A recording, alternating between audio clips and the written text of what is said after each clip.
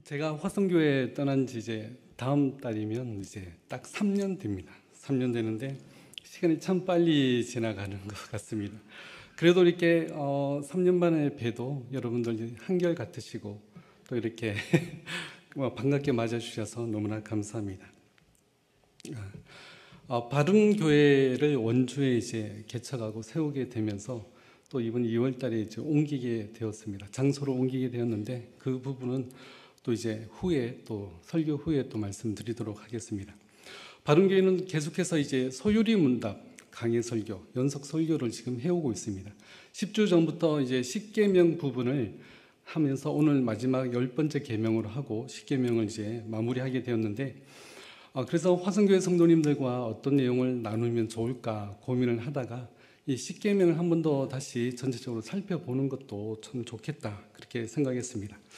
분량이 너무 많으니까 오늘은 5계명부터 10계명까지 내 이웃을 내 자신같이 사랑하라 라는 제목으로 우리 함께 말씀을 살펴보겠습니다.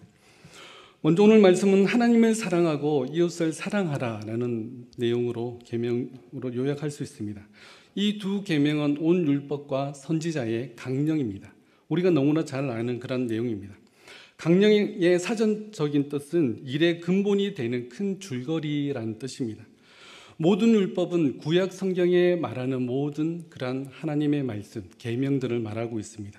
그러니까 이 모든 율법과 선지자의 강령이란 구약 성경의 모든 말씀을 통틀어서 이 두 계명으로 요약할 수 있다는 그런 뜻입니다. 그래서 하나님을 사랑하는 것과 이웃을 사랑하는 것으로 모든 율법을 축약해서 이렇게 말할 수 있는 것이 바로 십계명의 요약인 것입니다.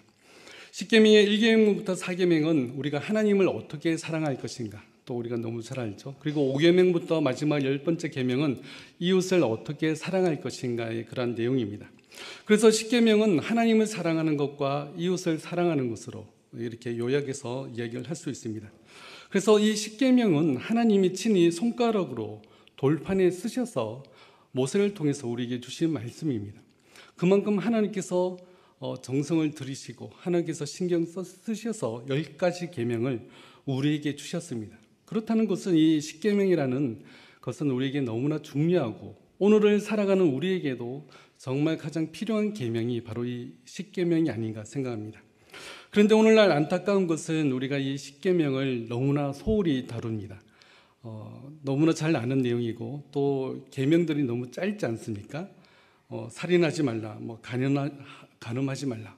나는 그런 적 없으니까 생각하면서 이 십계명을 너무나 우리가 쉽게 생각하고 그냥 내가 아는 십계명의 표면적인 내용이 전부다라고 생각하고 십계명을 자세히 살펴보려고 하지 않습니다. 그래서 오늘은 이 십계명 부분을 조금 더 우리가 살펴보기를 원합니다.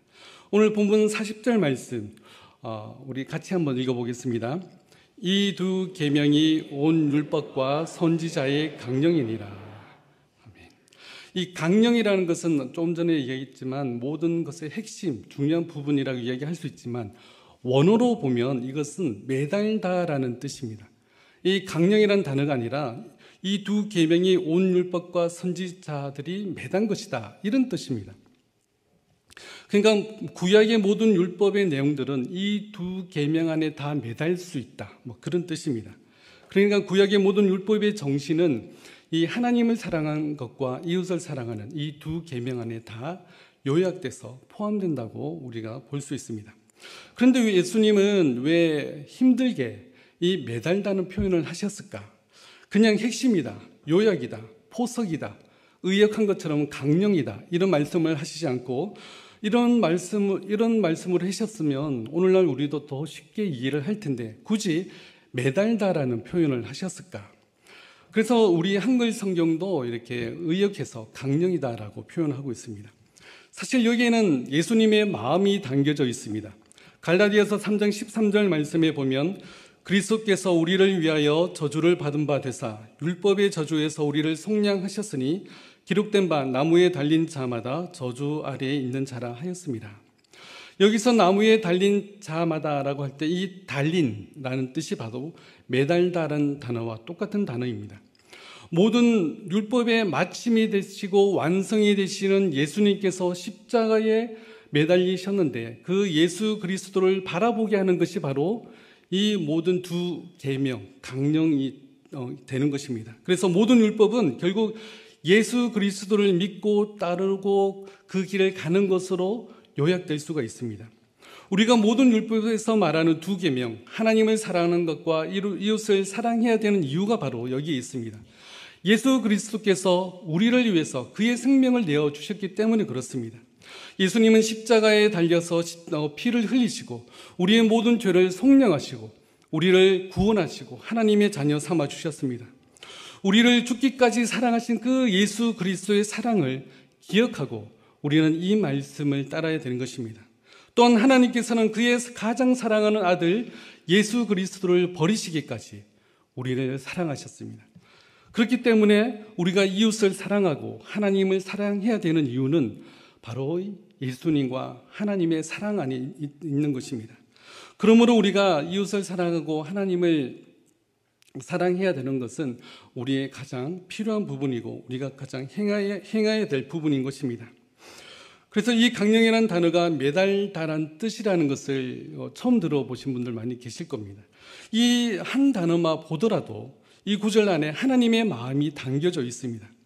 그렇기 때문에 우리가 이 한 구절, 성경의 한 구절, 한 단어만 보더라도 하나님의 그 넓고 깊고 높고 넓은 끝이 없는 하나님의 사랑과 그 마음이 성경의 한 단어 한 단어 안에 다 심겨져 있는 것입니다. 그렇기 때문에 우리가 하나님의 말씀을 너무 소홀히 볼 수 없습니다. 특별히 하나님은 십계명을 우리에게 주셨는데 이 십계명도 마찬가지입니다. 우리가 전혀 소홀하게 그것을 생각할 수 없습니다. 이 십계명도 마찬가지로 우리가 생각하는 것보다 더 넓고 높고 깊은 그 의미가 담겨져 있는 것입니다. 그런데 사실 십계명을 보면 너무나 단순하지 않습니까? 이웃을 향한 계명만 보더라도 살인하지 말라, 간음하지 말라, 도둑질을 하지 말라, 정말 짧고 간단한 내용으로 되어 있습니다. 저도 신학을 하는 초기에는 그런 생각했습니다. 하나님께서 인간이 단순하니까 말씀도 단순하게 주셨다라고 생각을 했었던 적이 있습니다. 그러나 보면 볼수록 하나님의 말씀은 너무나 많은 의미를 담고 있고 그 한 단어 한 단어 안에 하나님의 마음이 담겨져 있는 것입니다. 그런데 많은 분들은 살인하지 말라라는 계명을 들으면서 나는 다른 사람을 죽인 일이 없기 때문에 나와는 상관없는 말씀이다. 또 간음하지 말라는 말씀 역시 나는 간음한 적이 없기 때문에 나와는 상관없다. 또 도둑질하지 말라는 계명 역시 나는 남의 물건을 훔친 적이 없기 때문에 이 계명은 나와 상관없다라고 생각하고 이 십계명을 우리는 너무 잊고 지내지 않았는가 우리가 한번 돌아보았으면 좋겠습니다. 제가 화성교회에 있을 때 성경 공부 모집을 위해서 또 열심히 이렇게 부탁하고 권면한 적이 있었습니다. 그래서 어떤 분에게 이렇게 제가 맡은 과목이 웨스트민스터 신앙 고백이라는 그런 성경 공부 과목이었는데 어떤 분이 이제 이렇게 대답하시는 겁니다. 저는 소유리 문답을 2번이나 공부했습니다. 더 이상 교리 공부는 필요 없습니다라고 얘기하시는 겁니다. 그래서 소유리 문답을 2번 정도 공부한 것도 참 많이 하신 겁니다. 그랬기 때문에 더 이상 말을 하지 않았는데 이 소유리 문답은 우리가 알듯이 웨스트민스터 신앙 고백서를 가지고 어린이를 교육하기 위한 문답으로 만든 책입니다. 대유리 문답은 어른들을 위한 문답으로 만든 책이기 때문에 이 소유리 문답은 어린이 수준에 맞는 그러한 내용으로 만들어져 있습니다. 그렇게 이 소유리 문답은 그 내용에 있어서 한계가 있을 수밖에 없습니다. 그 한계가 어떤 것인지 우리가 잠깐 살펴보겠습니다.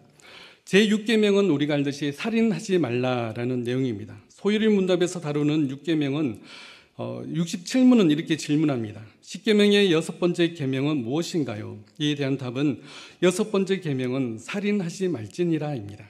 소유리 문답 68문은 또한 이렇게 질문합니다. 6번째 계명에서 요구하는 것은 무엇인가요? 이에 대한 답은 6번째 계명은 우리 자신의 생명과 다른 사람들의 생명을 보존하기 위한 모든 합법적인 노력을 요구합니다.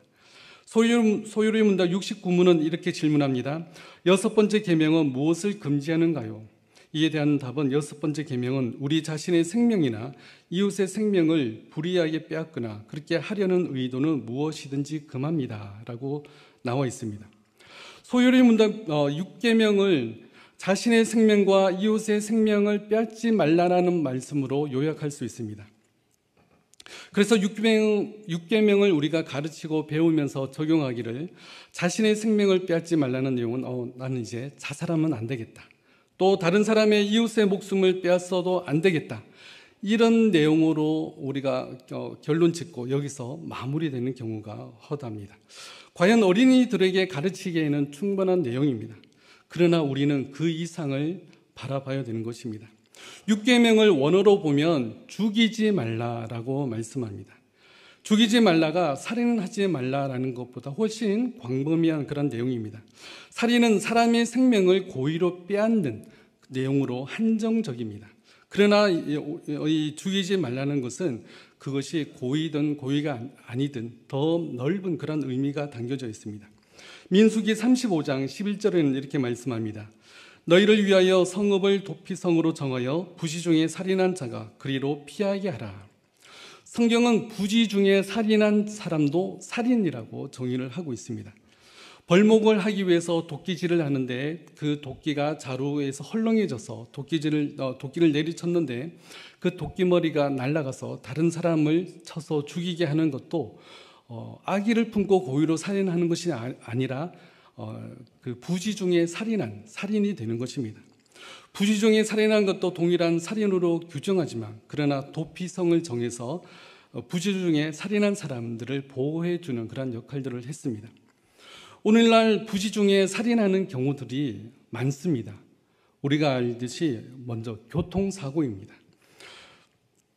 도로를 달리다가 블랙 아이스를 밟고 내가 주체할 수 없는 그런 이제 방향으로 차가 가게 되고, 그리고 사람을 치고 사람을 죽이는 경우들이 있을 수 있습니다.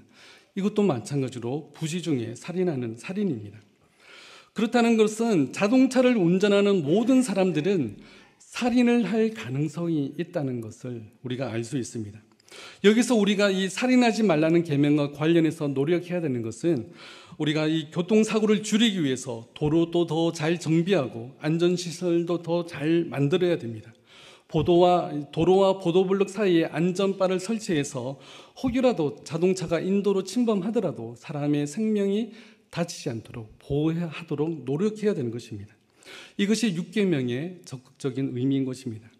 또 우리가 뉴스를 보면 대형 트럭이 달리다가 트럭에서 떨어지는 것들, 또 얼마 전에는 타이어가 떨어져서 다른 차를 덮쳐서 다른 사람들을 죽게 한 경우들이 있습니다.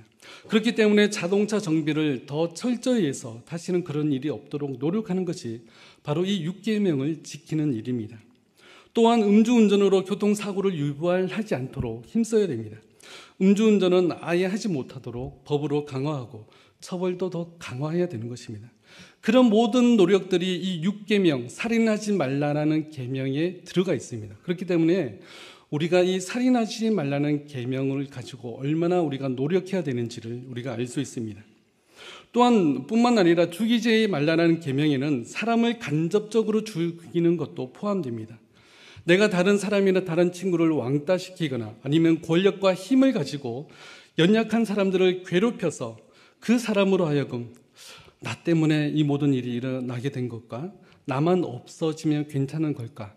이런 마음을 들게 하는 것도 살인입니다. 다른 사람으로 하여금 죽음을 생각하게 만드는 이 일들도 모두 다 살인에 포함되는 것입니다. 이것 외에도 이 살인하지 말라는 계명 안에는 더 많은 내용들이 담겨져 있습니다.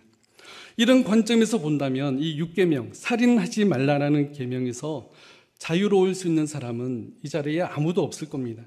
우리는 모두 누군가를 죽일 수 있는 가능성이 있기 때문에 그렇습니다. 6계명을 적극적으로 6계명을 지키기 위해서라도 우리가 다른 사람의 생명을 살리는 일에 우리는 더욱더 힘을 써야 됩니다. 사회적으로 약한 이들을 보호하고 또 교통사고가 일어나지 않도록 힘쓰며 그 누구의 생명도 위협으로부터 보호받을 수 있도록 노력하는 것, 이것이 바로 6계명을 우리가 적극적으로 실천하는 방법인 것입니다. 우리가 또 그 다음에 8계명도 살펴보겠습니다. 8계명 우리가 너무나 잘 아는 말씀이죠. 도둑질 하지 말라. 이 도둑질 하지 말라의 그 소유리 문답 내용도 우리 살펴보겠습니다. 소유리 문답 73문은 이렇게 질문합니다. 십계명의 8번째 계명은 무엇인가요? 이에 대한 답은 8번째 계명은 도둑질하지 말지니라입니다. 소요리 문답 74문은 이렇게 질문합니다. 8번째 계명에서 요구하는 것은 무엇인가요? 이에 대한 답은 8번째 계명은 합법적으로 우리 자신과 다른 사람들의 부와 외형적 재산을 마련하고 증진하라는 것입니다. 소요리 문답 75문은 이렇게 질문합니다. 8번째 계명에서 금하는 것은 무엇인가요? 이에 대한 답은 8번째 계명은 불의하게 우리 자신과 다른 사람들의 부와 외형적 재산을 방해하거나 방해하려는 그 어떤 것이든 금지되었습니다. 이 8계명 소요리 문답의 내용은 이웃의 재산을 훔치지 말라, 그리고 이웃의 재산과 그 외형적 재산을 지켜주고 보호해줘라라는 것으로 요약할 수 있습니다. 이건 역시 어린아이들에게 가르치기에는 적절한 내용입니다. 그러나 우리는 이 이상을 살펴봐야 됩니다. 신명기 23장에는 이렇게 말씀합니다. 23장 15절에서 16절 말씀 우리 같이 읽어보겠습니다. 종이 그의 주인을 피하여 내게로 도망하거든 너는 그의 주인에게 돌려주지 말고 그가 내 성읍 중에서 원하는 곳을 택하는 대로 너와 함께 내 가운데에 거주하게 하고 그를 압제하지 말지니라. 과거의 종은 주인의 재산이었습니다. 그래서 종은 소와 돼지와 같은 그런 개념으로 취급되었습니다. 그런데 어떤 날 종이 주인의 압제와 폭력에 시달려서 견디지 못해서 그 주인으로부터 도망치게 됩니다. 그런데 단순히 8계명을 생각한다면 그 사람의 그 주인의 재산을 보호해 줘야 되기 때문에 그 종을 주인에게 돌려주어야 되는 것이 맞습니다. 그런데 말씀은 종을 주인에게 돌려주지 말라라고 말씀합니다. 그리고 그 종을 데리고 보호해 주어야 된다고 말씀하고 있습니다. 이 말씀에서 보듯이 도둑질하지 말라는 계명의 근본적인 목적은 단순히 사유재산 보호가 아니라 인간 보호라는 것을 우리가 알 수 있습니다. 신명기 23장 말씀을 더 보겠습니다. 내 이웃의 포도원에 들어갈 때에는 마음대로 그 포도를 배불리 먹어도 되느니라. 그러나 그릇에 담지는 말 것이요 내 이웃의 곡식밭에 들어갈 때에는 내가 손으로 그 이삭을 따도 되느니라. 그러나 내 이웃의 곡식밭에 낫을 대지는 말지니라. 10계명의 8계명인 도둑질하지 말라는 말씀이 단지 이웃의 재산을 보호하도록 하는 말씀이라면 이 신명기의 말씀은 틀린 말씀입니다. 여기서는 이 포도원에 들어가서 마음대로 따먹어도 되고 이웃의 곡식밭에 들어가서 손으로 그 이삭을 따서 먹어도 된다고 이야기를 하고 있습니다. 지금의 시선으로 보면 엄연한 절도죄입니다. 그리고 10계명의 8계명을 확실하게 어긴 것처럼 보입니다. 성경 66권은 서로 틀린 내용이 아닙니다. 서로 성경들이 보완을 하기 때문에 틀린 내용이 아닙니다. 그렇기 때문에 좀 더 자세히 알려면 다른 성경들을 참고해서 보시면 됩니다. 그렇다는 것은 이 8계명은 단순히 도둑질하지 말라라는 것이 아니라는 것을 우리가 알 수 있습니다. 레위기 19장 말씀에서 이 신명기 내용을 좀 더 보충하는데 레위기 19장 9절 10절 말씀 우리 같이 읽어보겠습니다. 너희가 너희 땅에서 곡식을 거둘 때에 너는 밭 모퉁이까지 다 거두지 말고 내 떨어진 이삭도 줍지 말며 내 포도원의 열매를 다 따지 말며 내 포도원에 떨어진 열매도 줍지 말고 가난한 사람과 거류민을 위하여 버려두라. 나는 너희의 하나님 여호와이니라. 아멘. 레위기 말씀 역시 자신의 재산보다 우선시 되는 것은 이웃의 생명이라고 말씀하고 있습니다. 그래서 가난한 사람과 거류민을 위해서 이삭도 다 줍지 말고 포도원의 열매도 다 따지 말고 떨어진 이삭이나 열매는 줍지 말라라고 말씀하고 있습니다. 배는 고픈데 먹을 것이 없어 가난한 사람들에게 이러한 배려들을 해야 된다고 말씀하는 것입니다. 그래서 8계명 도둑질하지 말라는 계명은 인간 보호가 사람을 보호하는 것이 우선시 되어야 된다는 것을 우리가 알 수 있습니다. 그래서 압제받는 사람들을 보호하고 가난하고 연약한 이들이 더 이상 도둑질하지 않도록 그들에게 필요한 것을 공급하는 것이 진짜 8계명의 의미인 것입니다. 그래서 8계명은 내가 도둑질하지 않으면 끝이다가 아니라 가난해서 도둑질할 수밖에 없는 상황에 있는 사람들을 도와서 그들이 도둑질하지 않도록 도와주는 것이 8계명의 적극적인 의미인 것입니다. 잠언서에도 도둑질은 결국 하나님의 이름을 욕되게 한다고 말씀합니다. 잠언서 30장 8절 9절 말씀 우리 같이 읽어보겠습니다. 곧 헛된 것과 거짓말을 내게서 멀리 하옵시며 나를 가난하게도 마옵시고 보하게도 마옵시고 오직 필요한 양식으로 나를 먹이시옵소서.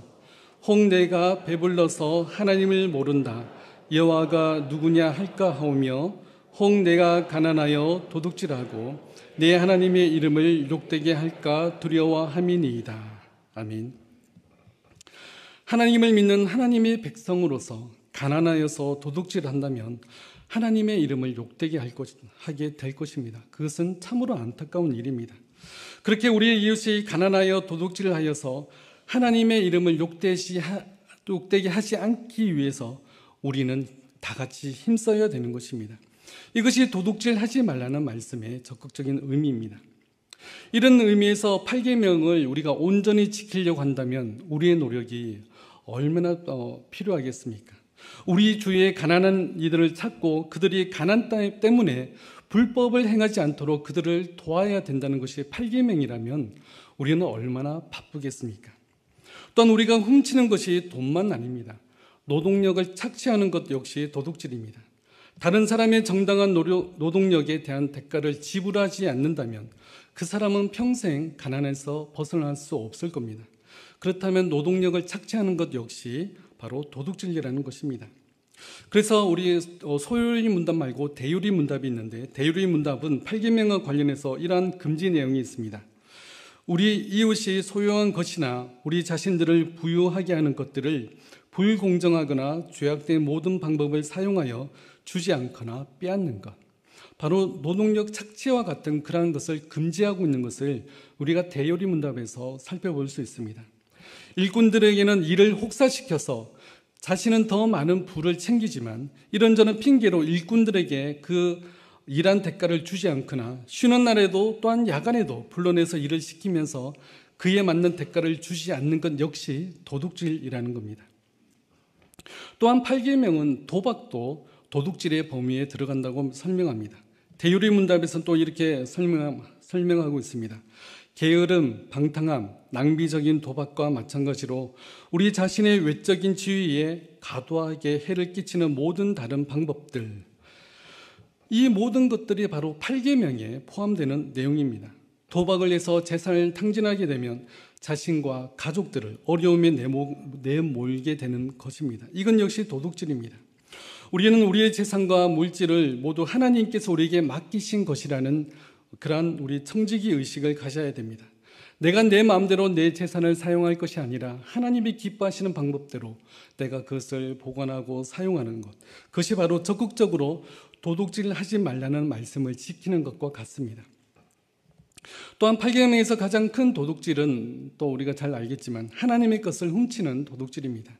우리는 일주일에 하나님을 얼마나 생각하며 또 얼마나 기억합니까? 특히 주일은 우리가 하나님과 교제하고 예배하는 시간으로 우리는 구분된 날이 바로 주일입니다.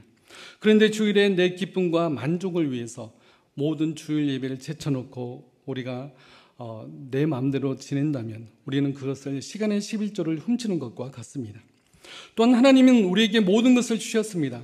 그리고 우리의 수익의 10분의 1은 하나님께 드려서 하나님의 나라가 확장되는 일에 쓰일 수 있게 해라고 말씀하고 있는데 11조 역시 믿는 자들의 본문이며 믿는 자들의 믿음의 행위가 바로 11조입니다. 그런데 11조를 하지 않는 성도들이 점점 늘어나고 있습니다. 특히 젊은 성도들은 자신이 낸 헌금이 불투명하게 쓰이지 않는다고 생각하고 11조를 하지 않는 경우들이 많습니다. 그러나 11조는 우리가 마땅히 하나님 앞에 해야 되는 것입니다. 그리고 내가 낸 헌금이 투명하게 쓰일 수 있도록 우리가 그것을 지켜보고 또 함께 의로운 곳에 하나님이 기뻐하시는 곳에 쓰일 수 있도록 우리가 함께 힘써야 됩니다. 그리고 공동의회나 재직회에 참석해서 헌금이 어떻게 쓰이는지를 잘 살펴보고 또 의견을 낼 수 있으면 내는 그런 일들을 해야 됩니다. 그리고 교회는 재정 지출을 명확하게 하고 하나님이 기뻐하시는 일에 그 헌금들이 쓰일 수 있도록 더욱 힘써야 되는 것입니다. 이렇게 10계명 그 명령이 매우 단순합니다. 단순한 인간들에게 주의해서 단순한 계명이 아니라 계명은 단순하지만 그 안에 담겨져 있는 의미는 무궁무진합니다. 오늘은 이 두 계명만 살펴봤지만 다른 계명들도 마찬가지입니다. 그 의미와 내용이 너무나 넓고 깊습니다. 그래서 더 감사한 것 같습니다. 만약 말씀이 너무나 단순하고 한 번 보면 다 알아차리는 말씀이라면 내가 이제 다 알았으니 더 이상 말씀을 볼 필요가 없어, 이렇게 말하지 않을까요? 저는 이제 전도사 때부터 학생들에게 가르칠 때 이 소유리 문답만은 꼭 가르쳤던 것 같습니다. 그래서 소유리 가르치고 또 청년들에게도 소유리 문답을 가르치고 또 이제 교구 맡을 때는 장년들에게 또 소유리 문답도 성경 공부하고 지금은 또 소유리 문답으로 연속 설교를 하고 있습니다. 그런데 볼 때마다 새로운 내용이 있고 볼 때마다 은혜가 있는 것 같습니다. 지금은 대우리 문답하고 같이 보고 있는데 대우리 문답하고 같이 보면 소유리 문답의 내용들을 더 풍성하게 우리가 알 수가 있습니다. 그래서 우리 화성교회에서 하는 성경 공부들을 꼭 참사하시기를 이제 권면합니다. 우리가 알고 있는 내용만으로는 우리가 너무나 부족하고 짧고 연약합니다. 그렇기 때문에 말씀을 우리가 더욱더 묵상하기를 힘써야 될 것입니다. 말씀도 마찬가지로 볼 때마다 말씀 안에 은혜가 있습니다. 볼 때마다 새로운 말씀이 있고 볼 때마다 새로운 감격이 있는 것이 바로 이 하나님의 말씀인 것 같습니다. 그래서 말씀이 날마다 은혜가 되는 그런 말씀인 것 같습니다. 소리 문답 한두 번 공부한 것으로 내가 교리 공부를 다 했다고 말씀하지 마시고 겸손한 마음으로 계속해서 꾸준히 하나님의 말씀을 탐구하시고 살펴보시고 공부하시기 바랍니다. 하나님은 어떤 분이신가? 어떤 일을 행하셨고 오늘날 나에게 원하시는 것이 무엇인가? 항상 이런 질문을 던지면서 성경 공부를 하시기 바랍니다. 이것이 바로 영생의 길입니다. 나는 일도 바쁘고 사회생활에 힘들어서 성경 볼 시간이 없어. 이것은 더 이상 이제 핑계로 될 수 없습니다. 또 어떤 분들은 믿음이 별거 있어 주일날 교회 나와서 예배 드리면 되는 것이라고 생각하지는 않습니까? 하나님이 어떤 분이시고 어떤 일을 행하셨고 우리를 어떻게 보시며 내가 어떤 생각을 가지고 또 어떻게 행하기를 원하시는지가 바로 성경에 나와 있습니다. 우리가 이 하나님의 말씀을 끊임없이 탐구하고 찾고 바라보고 또 묵상하고 공부해야 되는 것입니다. 그것이 바로 영생의 길입니다. 요한복음에서도 예수님께서 말씀하셨습니다. 영생은 곧 유일하신 참 하나님과 그의 보내신 자 그의 아들 예수 그리스도를 아는 것이 영생이라고 말씀하고 있습니다. 나는 믿음도 없고 신앙이 없어, 그래서 저는 그저 교회 다니는 것뿐이야 라고 말씀하시면 안 됩니다. 그것은 영생이 아닙니다. 영생은 유일하신 참 하나님을 아는 것이고 그의 아들 예수 그리스도를 아는 것이 영생입니다. 계속해서 알아가는 것이 바로 영생의 길이며 그것이 바로 믿음의 길인 것입니다. 특히 코로나 시기를 지나오면서 우리가 영상으로 예배드리고 성경 공부하는 것이 너무나 잘 되어 있습니다. 그래서 특히 남성도 분들 평일에 교회를 올 수 없어서 성경 공부를 할 수 없어라고 이제 그전에는 그런 핑계를 댔지만 이제는 온라인으로 성경 공부를 할 수 있습니다. 그렇기 때문에 한 분도 빼지 마시고 성경 공부에 특히 열심을 내시기 바랍니다. 특히 우리 남성도 분들 또 교회를 못 오시더라도 이 영상으로라도 더욱더 이 성경 말씀을 공부하고 또 하나님이 어떤 분이신가 또 예수님이 어떤 분이신가 끊임없이 배우고 탐구하고 또 알아가기를 바라겠습니다. 만약 1억을 내면 당신에게 영생을 주겠습니다 하면 우리가 열심히 일해서 그 1억을 가지고 영생을 살려고 하지 않겠습니까? 엄청난 고행과 수행을 통해서 당신에게 영생을 주겠습니다. 그러면 우리가 엄청난 고행과 수행을 할 겁니다. 그런데 영생이 하나님을 아는 거고 예수 그리스도를 아는 것이 영생이다. 너무나 쉬우니까 오히려 이 영생의 길을 우리가 잊어버리고 살고 있지는 않는가? 우리가 우리 자신을 돌아봐야 되는 것입니다. 시간이 없다면 우리가 시간을 만들어서라도 이 영생의 길을 가기 위해서 우리가 힘써야 됩니다. 제가 부교육자로 있을 때 장로님 한 분이 눈 좋을 때 성경을 더 많이 보라고 이렇게 말씀하신 기억이 있습니다. 그때는 잔소리처럼 들렸는데 요즘 실감하고 있습니다.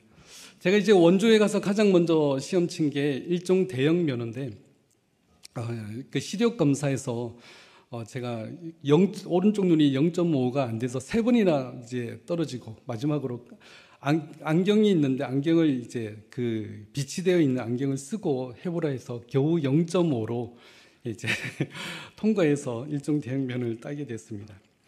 저도 이제 저에게는 오지 않을 것 같은 노안이 이제 요즘에 왔는데 핸드폰도 가까이 보면 보이지 않고 작은 글씨가 보이지 않습니다. 그래서 그때 장로님이 하신 그런 말씀이 기억이 났습니다. 눈 좋을 때 성경을 더 열심히 봐야 되는데 하는 그런 생각을 했습니다. 우리가 이제 살아갈 시간들이 점점 짧아지고 있습니다. 이 땅에서 살아가는 시간이 점점 짧아지고 있는데 우리가 살아있을 때 하나님을 더 알기를 힘써야 됩니다. 우리가 언제 이 세상을 떠날지 모릅니다. 오늘부터라도 하나님을 더 알기 위해서 힘쓰시는 저와 여러분들 되었으면 좋겠습니다. 이것이 영생이고 이것이 믿음이라고 또 이것이 신앙이라고 말씀하고 있는 것입니다. 한 가지만 더 살펴보겠습니다. 설교 초반에 온 율법과 선지자의 강령이다라고 설명했는데 강령이 매달다는 그런 뜻이라고 이야기했습니다. 온 율법의 두 강령은 하나님을 사랑하는 것과 이웃을 내 자신같이 사랑하라는 그런 계명입니다. 이 모든 율법은 이 두 계명 안에 걸 수 있다 그런 의미인데 그러니까 십계명 5계명부터 십계명의 10번째 계명은 내 이웃을 내 자신과 같이 사랑하라는 그런 대분류로 나눌 수가 있습니다. 그렇다는 것은 5계명부터 10계명은 이웃을 우리 자신과 같이 사랑해야 되는 그런 방법들을 알려주는 계명인 것입니다. 그런데 10계명의 중심을 나 중심으로 보지는 않았으니까 그래서 내가 계명들을 잘 지켰기 때문에 나와는 상관없어 라고 우리가 생각하지는 않았으니까 살인하지 말라, 간음하지 말라, 도둑질하지 말라, 네 이웃의 집을 탐내지 말라 등등의 말씀은 모두 다 이웃을 사랑하는 방법에 관한 내용인 것입니다. 예수님께서 우리의 이웃이 누구인지 명확하게 설명하고 계십니다. 누가복음 10장 29절부터 보면 그 사람이 자기를 옳게 보이려고 예수께 여짜오되 그러면 내 이웃이 누구이니까? 예수께서 대답하여 이르시되 어떤 사람이 예루살렘에서 여리고로 내려가다가 강도를 만나매 강도들이 그 옷을 벗기고 때려 거의 죽을 것을 버리고 갔더라. 마침 한 제사장이 그 길로 내려가다가 그를 보고 피하여 지나가고 또 이와 같이 한 레위인도 그곳에 이르러 그를 보고 피하여 지나가되 어떤 사마리아 사람은 여행하는 중 거기 이르러 그를 보고 불쌍히 여겨 가까이 가서 기름과 포도주를 그 상처에 붓고 싸매고 자기 짐승에 태워 주막으로 데리고 가서 돌보아 주니라. 그 이튿날 그가 주막 주인에게 데려내온 둘을 내어주며 이르되 이 사람을 돌보아 주라. 비용이 더 들면 내가 돌아올 때 갚으리라 하였으니 내 생각에는 이 세 사람 중에 누가 강도 맞는 자의 이웃이 되겠느냐. 이르되 자비를 베푼 자니이다. 예수께서 이르시되 가서 너도 이와 같이 하라 하시니라. 아멘. 어떤 사람이 강도를 만나 모든 짐을 빼앗기고 옷도 다 빼앗기고 거의 맞아서 죽게 된 사람이 있습니다. 그런데 성경을 가장 잘 알고 어릴 때부터 율법을 공부해왔던 레위인과 제사장은 그 사람을 모른 척하여 피하여 갔습니다. 그런데 어떤 사마리아 사람은 그 사람을 불쌍히 여겨 치료해주고 살려줍니다. 당연히 강도 만난 사람의 이웃은 사마리아 사람입니다. 그런데 사마리아 사람의 입장에서는 이 강도 만난 사람을 도와주기가 쉽지 않은 그러한 입장입니다. 강도 만난 사람은 예루살렘에서 나왔기 때문에 예루살렘에서 나와서 유대인이라는 것을 우리가 알 수 있습니다.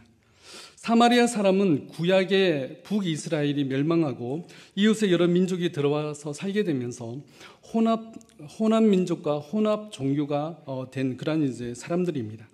그래서 유대인들은 이 사마리아 사람들을 개와 돼지 취급하듯이 취급하며 무시했던 그런 사람들입니다. 사마리아 사람의 입장에서 강도 만난 사람은 종교도 다르고 생각도 다르고 자기들을 손가락질하며 압제하던 억압하던 사람입니다. 그런데도 사마리아 사람은 그를 불쌍히 여겨 치료해주고 살려주게 됩니다. 말씀은 내 이웃을 내 자신같이 사랑하라고 말씀하고 있습니다. 우리는 우리의 이웃을 어느 정도 바운더리로 두고 있습니까? 내가 내 자신같이 사랑할 수 있는 사람을 어느 정도의 범위로 두고 있습니까? 혹은 우리 가족의 범위로만 두지는 않습니까? 우리가 종교가 다르고 생각이 다르면 무조건 멀리 해야 된다고 우리가 생각하지는 않습니까? 내가 강도 만난 사람의 이웃이 되기 위해서는 우리도 사마리아 사람과 같은 사람이 되어야 됩니다. 생각이 다르고 종교가 다르고 그리고 다르다 할지라도 강도 맞는 사람의 그러한 생명의 위협 가운데 있는 사람이라면 기꺼이 도와줄 수 있는 그런 우리들이 되어야 되는 것입니다. 우리 주위에도 강도 만난 사람들이 있습니다. 영적으로는 아직 예수 그리스도를 알지 못해 멸망해 가는 그들이 또한 그 모든 사람들일 것입니다. 그들을 불쌍히 여겨 주의 복음을 전하며 복음을 전해서 그들을 구원해내는 것이 우리의 역할입니다. 또한 경제적으로도 힘든 이들이 있습니다. 성경에서도 과부와 고아와 나그네를 도와주라고 계속해서 말씀하지 않습니까? 경제적으로 힘들어하는 이들을 우리가 도와줘야 될 책임이 우리 가운데 있습니다. 매년 뉴스를 통해서 일가족 자살 사건들을 우리가 뉴스를 통해서 보지 않습니까? 경제적으로 힘들고 계속 카드를 사용하다 보니까 카드 빚이 늘어나서 더 이상 앞날이 막막해서 온 가족이 자살하는 그런 사건들을 우리가 접합니다. 이들이 안타까운 생명을 잃지 않도록 우리가 그들을 찾고 그들을 도와주는 것이 바로 사마리아 사람인 것입니다.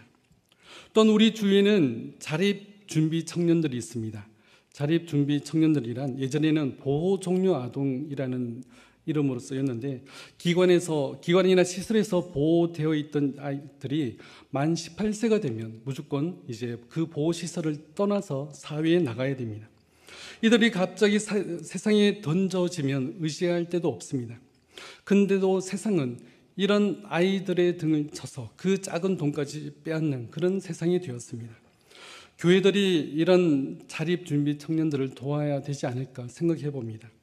교회에 안 나오는 아이들이라 할지라도 우리는 그 아이들을 도와줄 수 있다면 도와줘야 됩니다. 교회 안 나온다고 안 돕겠다는 것은 강도 맞는 사람을 피해가는 레위인과 같지 않을까 생각해 봅니다. 강도 만난 자의 이웃이 되기 위해서는 교회에 나오고 안 나오고가 아니라 우리가 우리 주위의 이웃들을 그런 이제 우리 불쌍한 이웃들, 생명을 잃어가는 이웃들을 도와줘야 되는 것입니다. 또한 탈북민들 있습니다. 제가 이제 화곡동에서 있을 때도 알기로는 화곡동 지역에 탈북민들이 많이 있는 걸로 알고 있습니다. 이들도 정말 도움이 필요한 우리의 이웃들이라고 생각합니다. 이들이 잘 정착할 수 있도록 또 우리가 도와야 되지 않을까 생각해 봅니다. 이 외에도 우리가 도와야 될 우리의 이웃들이 많이 있습니다. 우리가 이 사마리아 사람처럼 너도 가서 그렇게 하라는 예수님의 말씀처럼 내 주위에 그런 이들이 있다면 우리가 찾고 도와줄 수 있는 그런 마음으로서 우리가 하나님의 계명, 바로 이 내 이웃을 내 자신과 같이 사랑하라는 말씀을 실천할 수 있는 저희들이 되리라고 봅니다. 그래서 우리가 이 말씀 중심을 내 자신에 두지 말고 우리가 이 말씀을 더욱더 깊이 알고 그리고 이 말씀을 적극적으로 실천함으로 말미암아 이웃을 사랑할 수 있는 우리 모든 화성교회 식구들 되시길 바라겠습니다. 저 역시 원주에서 이웃을 사랑하기 위해서 노력은 하고 있는데 쉽지 않습니다. 그래서 생각나실 때마다 저와 또 이제 곤세라 전도사와 또 이제 바른교회를 위해서 기도해 주시길 바라겠습니다. 그래서 바른교회 소식을 잠시 알려드리겠습니다. 올해 2월에 바른교회를 이사하기로 결정하고 이제 3월에 이곳으로 이사하게 되었습니다. 네. 네, 2층 건물인데 그 전보다 더 저렴하게 들어오게 되었고 이 2층 건물의 1층을 이제 우리가 사용하고 있습니다. 원주에는 그다음 간판에 보면 나직 천천히라는 이름으로 1층은 발음 책방으로 사용하고 2층은 사회적 협동조합 그림책 도시라는 팀이 함께 이 장소를 공유하고 있습니다. 그래서 사회적 협동조합 그림책 도시라는 곳은 원주시를 이제 그림책 도시로 운영하는, 아직 넘기지 마시고, 그림책 도시로 운영하는 그러한 단체입니다. 그런데 그 단체가 옛날 원주 여고를 전체를 해서 그림책 센터로 운영하는 그런 팀인데, 이 팀이 이제 사무실을 하나 얻으면서 우리와 같이 사용하자고 이제 권면해 왔습니다. 그래서 우리는 이제 책방을 시작한 지 1년밖에 안 됐지만, 이 사회적 협동조합 그림책 도시라는 팀과 함께 이 2층 건물을 사용하게 되었습니다. 그래서 월세도 반, 모든 세금도 반, 그래서 매우 경제적으로도 도움이 되지만, 그 원주에도 5년, 10년 이상 된 동네 책방들이 많은데, 굳이 1년밖에 안 된 우리 책방을 선택해서 같이 공간을 사용하자고 했을 때 너무나 감사했습니다. 왜냐하면 이 그림책 도시가 그림책 강사들을 초청하고 또 여러 사람들을 이제 모으고 또 이렇게 행사들도 많이 하는 그런 이제 단체입니다. 그러다 보면 같이 연계해서 같은 장소를 사용하다 보면 많은 사람들이 오게 되고 또 이 많은 모임을 가지게 되고 자연스럽게 바른 책방과 바른 교회를 알릴 수 있는 그런 계기가 되기 때문에 그렇습니다. 물론 이제 권세라 전도사가 이제 원주에 와서 그림책 강사 자격증을 따고 여기서 그림책 강사 활동을 이제 시작하게 되면서 이렇게 연줄에 닿아서 이렇게 이곳으로 이제 장소를 얻게 되었는데 너무나 하나님의 은혜이고 감사인 것 같습니다. 그 이전에 판부면에 이제 그 개척을 처음 시작했는데 그곳에는 아직 아파트가 지어지려면 2년 이상 있어야 되고 유동인구가 거의 없었습니다. 그러나 여기는 옛날 원주 구도심이어서 유동인구도 많고 또 주변에 사람들도 좀 많이 이제 거주하는 그런 지역이기 때문에 더 이제 더 좋은 공간으로 더 저렴하게 이렇게 오게 되었습니다. 그래서 이제 그 전에 그 책장을 짰던 거를 가져와서 저렇게 책장을 채우고 그 다음에 보면 공간도 훨씬 넓어졌고 저 위에 레일 등 달았는데 저것도 제가 직접 달고 제가 작년에 전기기능사 자격증을 따고 이제 전기 관련된 것도 직접 했습니다. 전부 다 이제 아내와 저 둘이서 셀프로 이게 다 했습니다. 또 그다음 넘겨보시면 또 이런 공간도 있고 입구에는 이렇게 그림책과 소설이 만나다 이런 주제로 이런 코너도 만들었습니다. 또 그 다음에 보시면 이제 옮기면서 이제 북카페로 운영하게 되었습니다. 그전에는 이제 책방으로 운영했는데 이제는 커피도 내리면서 음료도 판매하면서 북카페로 운영하게 되었습니다. 그래서 그 다음 사진 보면 책방은 아내 담당이고 이제 커피나 음료는 제 담당으로 제가 이렇게 커피를 내리고 있습니다. 그런데 이곳에서 이제 고민은 무엇이었냐면 이곳에서 이제 주일에는 운영을 안 하기 때문에 주일에는 충분히 예배 드릴 수 있는 그런 공간이어서 예배를 드리다가 그러나 이제 같이 공간을 쉐어하는 공간으로서 간판을 달기도 좀 부담스럽고 그래서 아무래도 교회를 홍보하기가 좀 어렵다는 그런 생각에 4월이죠. 지난달에 새로 또 옆에 작은 공간을 또 이제 얻게 되었습니다. 그 다음 넘겨주시기 바랍니다. 그래서 새로운 장소를 자동차 이야기는 안 했네. 계속해서 제가 어린이집 차량 운행하고 있습니다. 아침과 또 오후에 등원할 때, 하원할 때 차량 운행을 하고 있는데 이 차량 운행하면서도 참 다양한 사람들을 만나고 또 다양한 사람들과 이렇게 지낼 수 있게 돼서 참 감사한 것 같습니다. 그래서 원장은 천주교 다니지만 적극적으로 이제 바른교회도 이제 홍보해주고 또 그 학부모 게시판에도 이렇게 우리 어떤 소식이 있으면 올려주고 지금 그렇게 하고 있습니다. 그래서 어린이집 교사들도 목사와 이렇게 가까이 지내본 거 처음이다 하면서 여러 가지 막 교회에 관해서 궁금한 것들 질문하고 있습니다. 그래서 이렇게 관계를 잘 맺어가고 있습니다. 그래서 이제 새로운 장소를 이제 얻게 되었는데 그 다음 사진을 보면 한 10평 되는 공간이지만 단독 건물입니다. 단독 건물이고 이 공간을 새로 얻게 되었습니다. 그래서 새로 얻으면서 페인트 칠을 싹 하고 그 다음에 보면 옆면인데 건물 전체가 이렇게 비어있던 6개월 이상 비어있던 공간이라 굉장히 곰팡이도 많고 이런 곳이었는데 페인트 칠 싹 하고 이제 나중에 여기도 간판 달고 앞에도 간판 달려고 하고 있습니다. 네, 그 다음 사진 보면 실내도 이렇게 지금 한참 치우고 난 장면이 이렇습니다. 그 곰팡이도 많고 이런 부분인데 다 철거하고 또 그 다음에 페인트 칠하고 또 그 다음에 보면 뒤에 싱크대하고 이제 그 선반장 만들려고 이렇게 해서 지금 여기까지 작업했습니다. 그리고 앞부분을 보시면 그 다음 사진 보면 이렇게 환풍기 흰색이 아니라 노란색, 너무 오래돼가지고 그거 떼내고 다시 흰색으로 사서 이렇게 달고, 또 그 다음 사진 보시면 천정에도 이렇게 등을 새로 달고 이렇게 했습니다. 앞부분은 이제 앞부분인데 그 다음 사진 보면 네, 한 장 더 넘겨주시면 그 설교할 강단 앞쪽에 나무로 이렇게 벽을 세워서 이제 강단처럼 만들고 현수막을 달고, 그 다음 사진에 보면 네, 그 다음에 또 그 다음 사진 보여주 강대상 나서 그럭저럭 예배 분위기로 만들어 가고 있습니다. 아직 한참 공사하고 있는데 아내와 저 둘이서 이렇게 열심히 이렇게 준비하고 있습니다. 그래 안타깝게 간판은 내일 온다고, 내일 완성돼서 이제 배송한다고 그래서 나중에 완성되면 또 제가 기도 소식으로 해서 또 이제 알려드리도록 하겠습니다.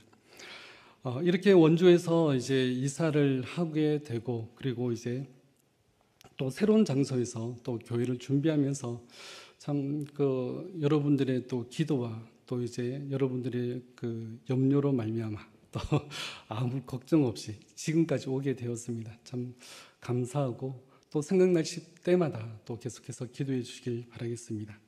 네, 기도 제목이 그 다음 있는데, 네, 제가 기도 제목이 첫 번째, 바른교회가 하나님이 기뻐하시는 일들을 더욱 감당하며 지역 복음화에 힘쓸 수 있도록 또 기도해 주시기 바랍니다. 또 두 번째, 바른교회 셀프 인테리어가 잘 진행되고 순적하게 모든 일들이 잘 되어질 수 있도록 기도해 주시고, 또 바른 책방이 이제 북카페로 새롭게 시작하게 됨에 또한 감사드리면서 이를 통해서 더 많은 사람들을 만나며 그들에게 복음의 발판이 될 수 있도록 또 기도해 주시길 바라겠습니다.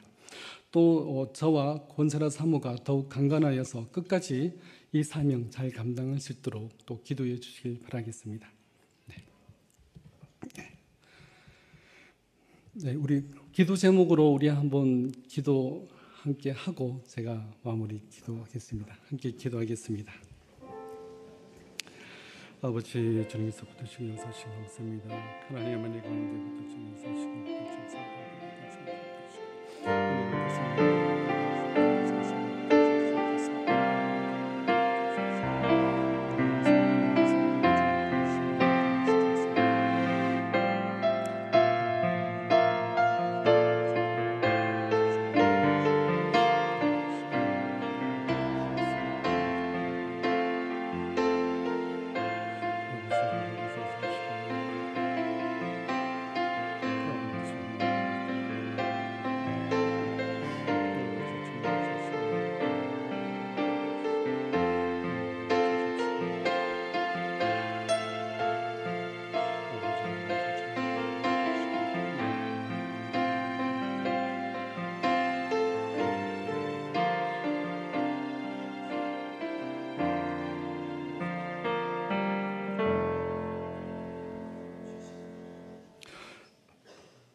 사랑의 하나님 감사합니다. 지금까지 우리를 붙드시고 이끄신 하나님, 앞으로는 더욱더 우리가 하나님을 사랑하며 이웃을 사랑할 수 있는 저희들 될 수 있도록 도와주시옵소서. 더욱더 하나님의 말씀을 사랑하고 또 그 말씀대로 우리가 실천하며 살아갈 수 있는 저희들 될 수 있도록 도와주시옵소서. 우리 주위의 불쌍한 이웃들을 돌아볼 수 있는 눈을 가지게 하여 주옵시고, 그들을 우리가 선한 사마리아인과 같이 그들의 생명을 살려내는 이 일에 쓰임받는 저희들 될 수 있도록 도와주시옵소서. 하나님의 은혜가 우리 각 가정과 또 우리 모든 화성교 성도님들 위해 충만히 임할 수 있도록 주님 함께하여 주옵소서. 그래야 하나님께만 영광 돌리는 우리 모두가 될 수 있도록 도와주시옵소서. 예수님의 이름으로 기도드립니다. 아멘.